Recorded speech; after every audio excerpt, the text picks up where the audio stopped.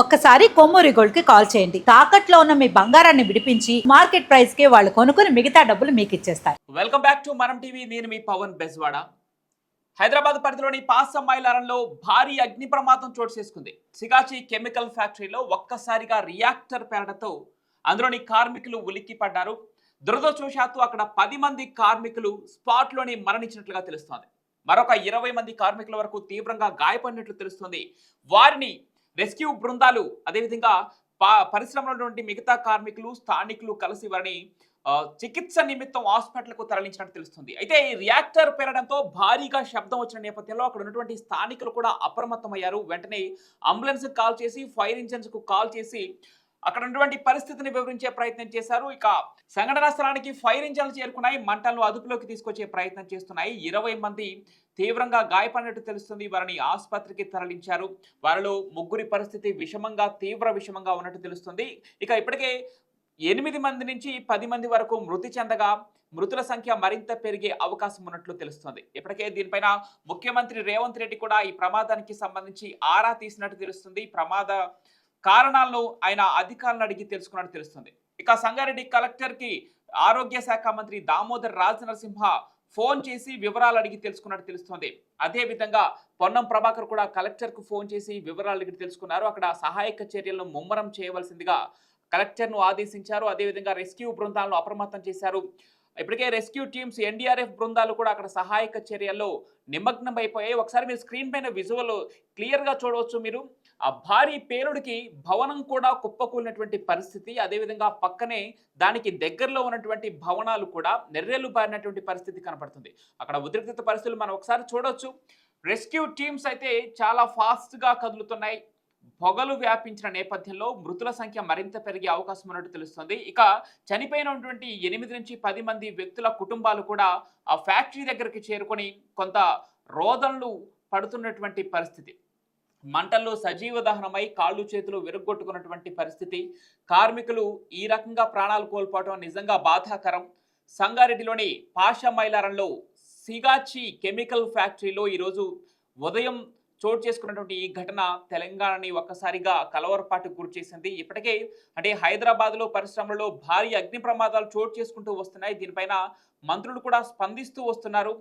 ఈ రకమైనటువంటి ప్రమాదాలు జరగకుండా చర్యలు తీసుకోవాలని పదే పదే ప్రభుత్వం వారిస్తున్నా కూడా అధికారులలో చలనం మాత్రం కలగటం లేదు. ఈ రకంగా అమాయకపు కార్మికులు బలిగొంటున్నటువంటి పరిస్థితి. అయితే రియాక్టర్ పేలుడు గతంలో కూడా పలు పరిశ్రమలో చోటు చేసుకున్న నేపథ్యంలో పరిశ్రమలు ఎందుకు ముందస్తు చర్యలు తీసుకోవట్లేదని కూడా ప్రభుత్వం ప్రశ్నిస్తున్నటువంటి పరిస్థితి. మరి ఈ ఘటన తర్వాతైనా ప్రభుత్వం మేల్కొంటుందా? పరిశ్రమలను కొంత అలర్ట్ చేసి ఈ రకమైనటువంటి ప్రమాదాలు సంభవించకుండా కేవలం కార్మికులు అనుకుంటే పొరపాటు. అంటే ఇది పేలుడు కేవలం పరిశ్రమ లోపల జరిగింది కాబట్టి మాత్రమే కార్మికులు మాత్రమే చనిపోయారు. అదే కొంత స్థానికంగా ఉన్నటువంటి స్థానికులు కూడా దీనివల్ల ఇబ్బంది పడే పరిస్థితి ఏంటి పరిస్థితి? అమాయకపు ప్రజలు ఇట్లాంటి ప్రమాదాల వల్ల ప్రాణాలు పోగొట్టుకుంటుంటే ప్రభుత్వం చూస్తూ ఊరుకుంటుందా? ఏదైనా పాసమైలారంలో ఈరోజు జరిగినటువంటి ఈ దుర్ఘటనలో ఇప్పటికే 8 మంది నుంచి 10 మంది చనిపోయినటువంటి పరిస్థితి కనపడతా ఉంది. మృతుల సంఖ్య మరింత పెరిగే అవకాశం కూడా కనిపిస్తున్నట్లు అధికారులు అయితే చెప్తున్నారు.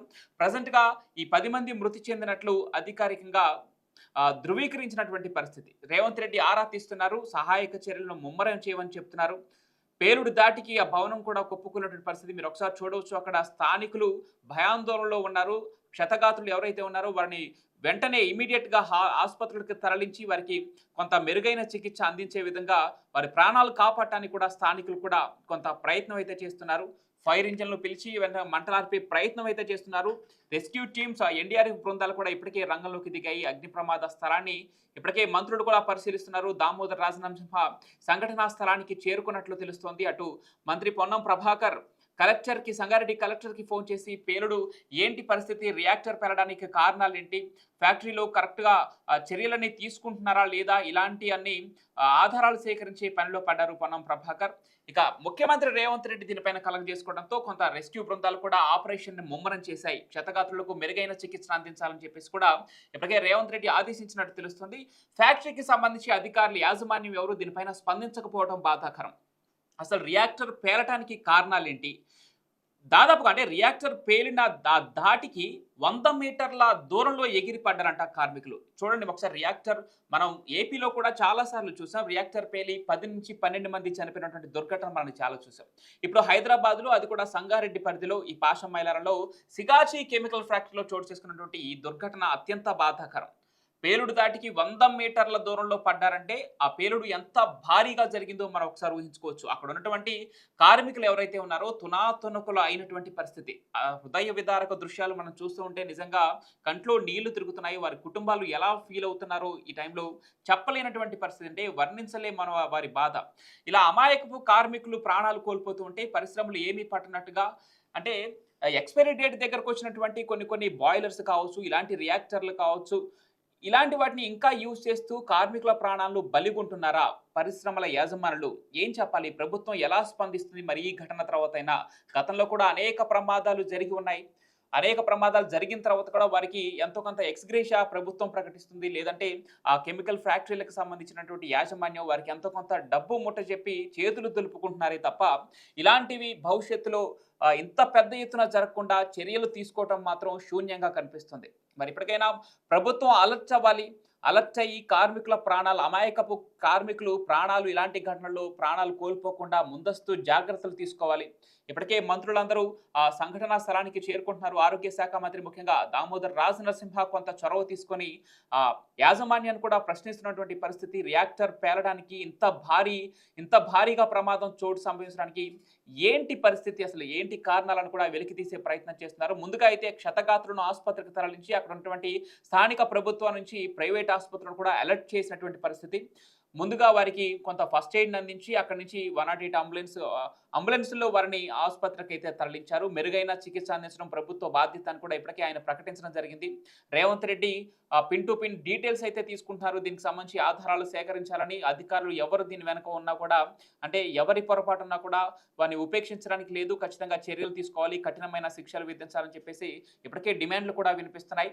వాళ్ళ కుటుంబాల పరిస్థితి తలుచుకుంటే నిజంగా చాలా బాధాకరంగా ఉంది. 8-10 మంది మృతి చెందారు. మృతుల సంఖ్య ఇంకా పెరిగే అవకాశం ఉన్నట్లు తెలుస్తుంది. నిజంగా మెచ్చుకోవాలి. స్థానికులు అక్కడ అలర్ట్ అయ్యి వెంటనే అంటే ఎన్డీఆర్ఎఫ్ బృందాలు లాంటి రెస్క్యూ టీమ్స్ అక్కడికి చేరుకోకముందే స్థానికులు అలర్ట్ అయ్యి ఆ ప్రమాదంలో క్షతగాత్రులను నిజంగా మనం ఒకసారి స్క్రీన్ పైన చూడవచ్చు. వాళ్ళు సేవలు అందిస్తున్నటువంటి విధానం చూస్తే నిజంగా మెచ్చుకోవాలంటే సాటి మనిషికి కొంత కష్టం వస్తే వాళ్ళు స్పందించినటువంటి తీరు నిజంగా అభినందించాల్సిన విషయం. వారు అక్కడ సహాయక చర్యలు అంటే మంటలార్పడానికి కావాల్సినటువంటి సహాయాన్ని అందించారు. ఇది ఫైర్ ఇంజిన్లు అక్కడికి చేరుకోక మునిపే అక్కడ ఉన్నటువంటి ఎవరైతే ఊపిరాడక పొగల మధ్యలో చిక్కుకుని ఉన్నారో వాళ్ళందరినీ కూడా కొంత బయటకు తీసుకొచ్చి వారి ప్రాణాలు కూడా కాపాడే ప్రయత్నం చేశారు. ఏదేమైనా ఇప్పటివరకైతే యాజమాన్యం అయితే స్పందించలేదు. ఈ సిగాచి కెమికల్ ఫ్యాక్టరీ యాజమాన్యం అయితే ఇప్పటివరకు స్పందించలేదు. దానికి సంబంధించి ఏంటి రియాక్టర్ ఆ బాయిలర్ పేలటానికి ఏంటి కారణం? అంటే ఇందాక మనం చెప్పుకున్నాం కదా, ఎక్స్‌పైరీ డేట్ దానికంటూ కొంత ఎక్స్‌పైరీ డేట్ ఉంటుంది. ఇన్ని సంవత్సరాలు వాడిన తర్వాత కొన్ని వాడటానికి అవకాశం ఉండదు. వాటిపైన నిబంధనలు ఉంటాయి. వాటన్నిటిని పాటిస్తున్నారా లేదా అనే కోణంలో కూడా విచారణ జరపాలని చెప్పేసి ఇప్పుడు కూడా ప్రభుత్వం ఆదేశించినట్టు తెలుస్తుంది. ఏదైనా ఈ రసాయన పరిశ్రమలో జరిగినటువంటి రియాక్టర్ పేలుడు భారీగా సంభవించడంతో ఆ భవనం ఒక్కసారిగా కుప్పకూలింది. రియాక్టర్ పేలిన దాటికి 10-8 మంది ఆ సంఘటనా స్థలంలో అప్పటికప్పుడే చనిపోతే భవనం కూలటం వల్ల కూడా కొంతమంది కార్మికులు తీవ్రంగా గాయపడినట్టు తెలుస్తుంది. పక్క భవనం నెర్రలు బారినటువంటి పరిస్థితి. ఒకసారి ఆ హృదయ విదారక దృశ్యాలు మనం స్క్రీన్ పైన క్లియర్‌గా చూడవచ్చు. సంగారెడ్డిలో ఈ రోజు ఉదయం చోటు చేసుకున్న ఈ ఘటన అందరినీ కలవరపాటుకు గురిచేసింది. పరిశ్రమలో పనిచేయాలంటేనే కార్మికులకు గుండెల్లో గుబులు పుడుతున్నటువంటి పరిస్థితి. ఏ కారణం చేతనో ప్రాణాలు కోల్పోతే, సొంత తప్పిదాల వల్ల ప్రాణాలు కోల్పోతే వారు ఏమీ చేయలేం. కానీ ఇలా యాజమాన్యం పొరపాటు వల్ల లేదంటే ఎక్స్‌పైరీ డేట్లు అయిపోయినటువంటి పనిముట్లని లేదంటే ఇలాంటి రియాక్టర్లని వాడటం వల్ల అమాయకపు కార్మికులు వారి కుటుంబాలను వదిలి ఇలా అనంతలోకాలకు వెళ్ళిపోవడం అనేది నిజంగా బాధాకరం. ఇప్పటికైతే రెస్క్యూ బృందాలు ముమ్మర చర్యలను అయితే కొనసాగిస్తున్నాయి. ఎన్డీఆర్ఎఫ్ బృందాలు రంగంలోకి దిగాయి. ముఖ్యమంత్రి రేవంత్ రెడ్డి దీనిపైన స్పందించారు, ఆరా తీస్తున్నారు, మినిట్ టు మినిట్ అప్డేట్స్ తెలుసుకుంటున్నారు. దామోదర్ రాజనరసింహ సంఘటనా స్థలాన్ని పరిశీలించారు. ఒకసారి మన స్క్రీన్ పైన కూడా చూడవచ్చు. ఆ కుటుంబ సభ్యుల మనోవేదన చూడవచ్చు. అక్కడ ఉన్నటువంటి స్థానికులతో వారు గొడవ పడుతున్న ఏదైతే పరిశ్రమకు సంబంధించిన మిగతా కార్మికులతో వారి కుటుంబ సభ్యులను చూపించండి దయచేసి అని వారు వాదిస్తున్నటువంటి పరిస్థితి కూడా అంటే బాధలో ఆ ఎమోషన్ మనం చూడవచ్చు. కార్మికులు మృతి చెందడం నిజంగా బాధాకరం. 8 నుంచి 10 మంది కార్మికులు స్పాట్లో మరణించడం అత్యంత బాధాకరం. క్షతగాత్రుడు త్వరగా కోలుకోవాలనైతే కోరుకుందాం మనం.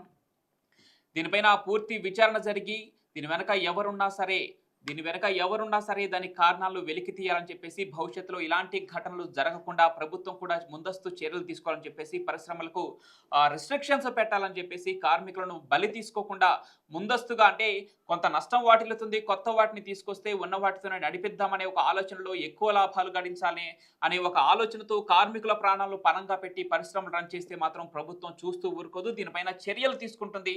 ఈ రోజు జరిగినటువంటి ఈ పాశం మైలారం ఘటనే దీనికి ఉదాహరణ.